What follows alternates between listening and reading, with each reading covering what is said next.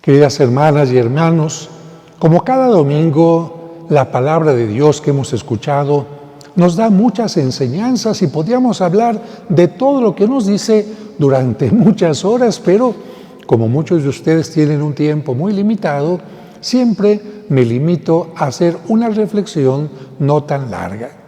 En primer lugar, niñas y niños, quiero decirles a ustedes, vean esta gran diferencia, apóstol y discípulo. Apóstol fue el número 12 de los que tuvo Jesucristo. ¿Cuántos apóstoles tuvo Cristo? Solamente 12. ¿Cuántos discípulos? Muchos discípulos que no fueron apóstoles. Y también ustedes, nosotros, somos discípulos de Cristo y de alguna manera estamos llamados también a ser apóstoles, profundizando cada vez más en nuestro acercamiento a Él. Porque eso fueron los apóstoles, gente que estuvieron cerca de Él todo el tiempo. Segundo punto importante que aprender, Cristo dijo, digan cuando lleguen a un lugar, la paz esté con ustedes. ¿Y qué pasa? Si en ese lugar hay gente que ama la paz se va a quedar. Si no, la paz no se queda. Y fíjense cómo el sacerdote comienza la Santa Misa, que la paz esté con ustedes. Pero si hay gente que entra a la iglesia comiendo elote, distraída, si entra con el teléfono, si está pensando en que dejó los frijoles en la lumbre o no sé cuánta cosa, si no viene con un espíritu dispuesto a encontrarse con Dios, sale de la iglesia y no se lleva la paz de Dios. Por lo tanto, no basta que el sacerdote diga al principio y al final de la misa, la paz esté con ustedes, sino que depende de cada persona y diga, sí, quiero recibir esa paz. Por otra parte, es interesantísimo que dice Cristo, vi al demonio caer como el rayo. ¿Y por qué el demonio cae como rayo? Porque los apóstoles fueron a predicar. Quiere decir que cada vez que alguien predica el nombre de Jesús, que alguien enseña que la gente se acerque a Dios, el demonio va perdiendo fuerza y no tiene dominio. Por eso es importante leer y predicar la palabra del Señor. Pero vamos a tocar algunos otros puntos importantes. Fíjense que hoy en la lectura segunda San Pablo nos habla de la circuncisión y nos dice que de nada vale tener la circuncisión. Haciendo una comparación sería como de nada sirve tener un anillo de bodas en la mano si el esposo anda de infiel. De nada sirve un signo externo si internamente la persona no está haciendo que ese signo sea algo verdadero. Hay algunas cosas de la Biblia que para entenderlas, como esto de la circuncisión, es necesario tomar en cuenta las costumbres o formas de pensar del tiempo en el que se desarrollaron en la Biblia. Por ejemplo, el tema de la circuncisión. La circuncisión en la Biblia no es lo mismo que actualmente. Actualmente es una sencilla operación en el genital del hombre que se realiza en el hospital y que puede servir para evitar infecciones u otros problemas y que no siempre es necesaria desde el punto de vista médico. Sin embargo, en la Biblia, la circuncisión no aparece como una operación de cuidado médico, sino más bien como un sello, como la forma de firmar un pacto, de hacer una alianza, ya que en tiempos de Abraham los pactos o alianzas no se hacían firmando simplemente un documento como ahora, sino con algunos elementos como el sacrificio de animales o incluso derramando un poco de la propia sangre de cada persona. El libro del Génesis, que es el primero que nos habla de la circuncisión en la Biblia, nos dice que Dios quiso hacer un pacto o alianza con Dios por el que Dios se comprometía a hacer a Abraham el padre o fundador de un gran pueblo y el pueblo judío se comprometía a ser fiel a Dios. Fíjense, el pacto consistía en esto. Un pacto significa un compromiso entre dos partes. Dios, niños, se comprometía con Abraham a fundar con él un pueblo, a hacerlo padre de un pueblo numeroso, a acompañar y cuidar a ese pueblo, y el pueblo, con Abraham a que se comprometía a ser fiel. Abraham y sus descendientes se comprometían a serle fieles a Dios. Y para sellar ese pacto, Dios le pidió a Abraham que se marcara en el cuerpo, que se circuncidara, que se hiciera la circuncisión y que desde entonces cualquiera de sus descendientes, hijos, nietos, bisnietos, etcétera, se circuncidaran a los 8 días del nacimiento. Esa operación, esa marca en el cuerpo, era la señal de que se era parte del pueblo de Dios, y desde ese entonces, desde Abraham, todos los que nacían en el pueblo elegido deberían circuncidarse ¿a los cuántos días, niños? Muy bien, a los 8 días de nacido. Incluso así lo hizo San José cuando nació el niño Jesús. Lo llevó a que fuera circuncidado, pero no en un hospital, como si fuera una simple operación, sino ante un rabino y en un lugar sagrado. Ser circuncidado, repito, significaba ser parte del pueblo de Dios y amado por Dios. Sin embargo, ya en tiempos de Jesús, ¿qué creen? Muchos del pueblo tenían la circuncisión, sí, pero no cumplían con los mandamientos de Dios. ¿De qué servía tener la circuncisión, una marca en la carne, si en la mente y en el corazón no estaban marcados por seguir a Dios? Por eso San Pablo dice, de nada sirve la circuncisión. Es más importante seguir a Jesús. Más importante seguir a Jesús. Por lo tanto, a partir de Jesús ya no será la circuncisión la que nos una a Dios, sino el bautismo, el escuchar, el cumplir su palabra, el cumplir su mandamiento de amor y el participar en la Santa Misa y los sacramentos que Él instituyó. Por eso, San Pablo en la lectura de hoy nos dice que después de la resurrección de Cristo, ya no es la circuncisión lo que importa, sino el ser nuevas criaturas. Recuerden, niños, el bautismo sustituye a la circuncisión del Antiguo Testamento. ¿Quedó claro? Muy bien. Y cambiando un poco de tema, fíjense que hay ocasiones en que los cristianos se hacen estas preguntas, o me hacen estas preguntas. ¿Debemos de seguir las mismas estrategias del pasado para llevar el Evangelio a los demás? ¿O tenemos que buscar siempre nuevas y actuales? ¿Ustedes qué piensan? No me digan, nada más piensen. Otra pregunta, ¿debemos permanecer en un lugar hasta que ese lugar dé fruto? ¿O se nos permite estar cambiando a cada momento con tal de que nosotros la pasemos a gusto? Otra pregunta, ¿es válido obligar a alguien a que se vuelva cristiano? Otra pregunta, ¿debemos de confiar en cualquier persona que aparentemente parezca buena? Otra pregunta, ¿por qué es importante no trabajar individualmente, sino más bien trabajar por lo menos de 2 en 2?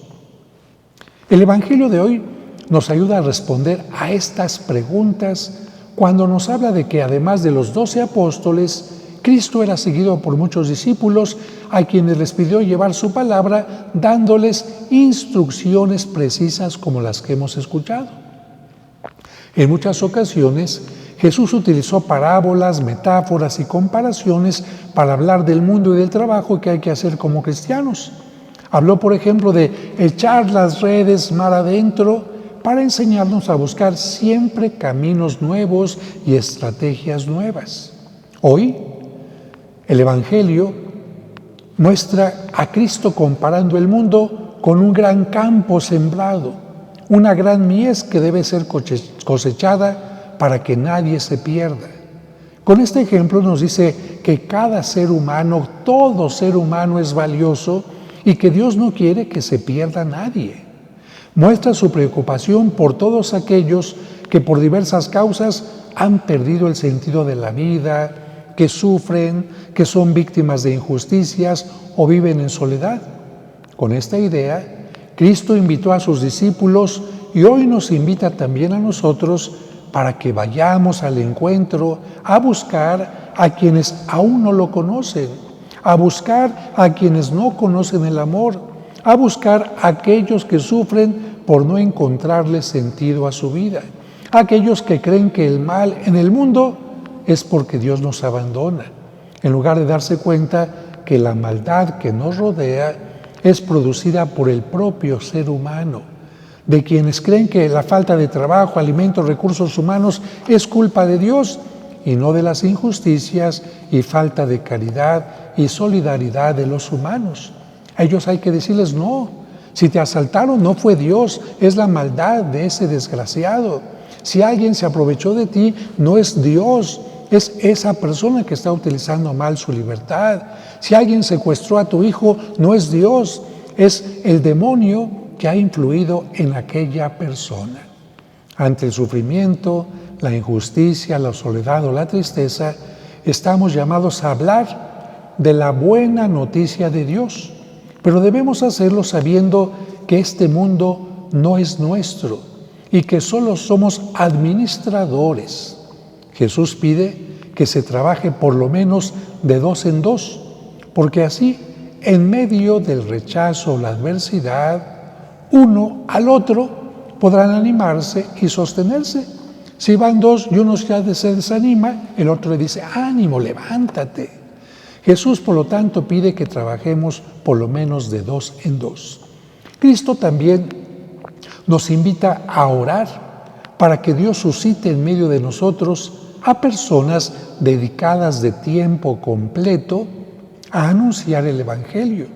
Por lo tanto, nos invita a orar para que no falten sacerdotes, vocaciones religiosas, de hombres y de mujeres. Y no debemos esperar a que lleguen a nosotros quienes necesitan de la luz y el amor.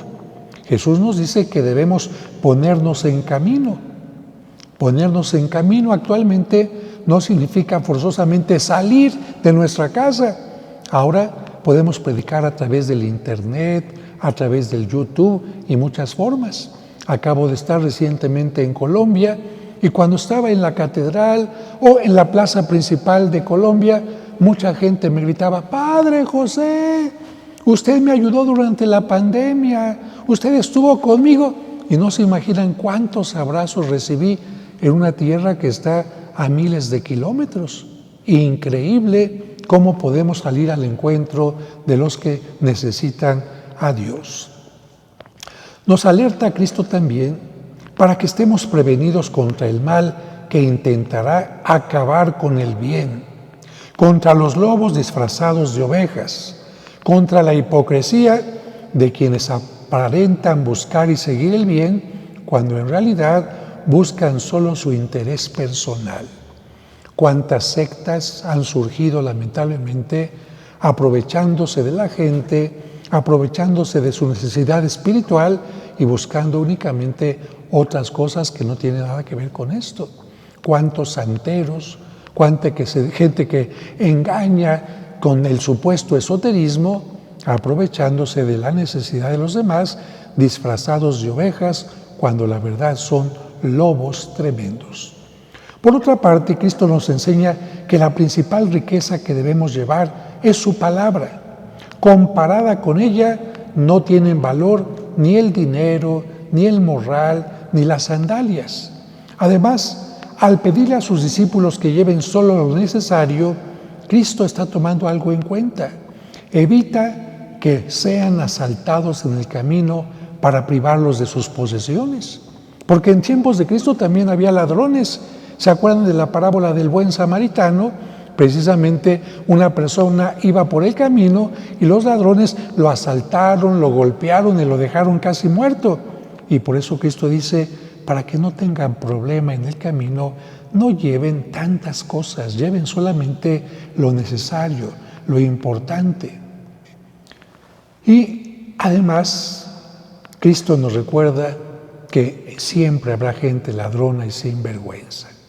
Y Cristo les insiste en que deben ser mensajeros de la paz en cada hogar y que aunque el mensaje que deben dar es gratuito, ellos también tienen derecho al sustento diario. Los misioneros, por ejemplo, qué bueno que van y predican, pero también necesitan comer. Por lo tanto, en las misiones se necesita también ayuda, colaboración para los que se dedican a la palabra del Señor. Finalmente, Cristo les enseña que su predicación, que nuestra predicación debe ser una propuesta a creer, pero nunca una imposición, una obligación. La fe tiene que ser algo libre. Por eso Cristo les advierte que si alguien no quiere escucharlos y piensa que en lugar de que vayan a ofrecerle algo, la buena noticia, van a quitarle algo, entonces que a esa gente le digan, déjenle claro esto, yo no vine a quitarte nada, yo vine a ofrecerte algo.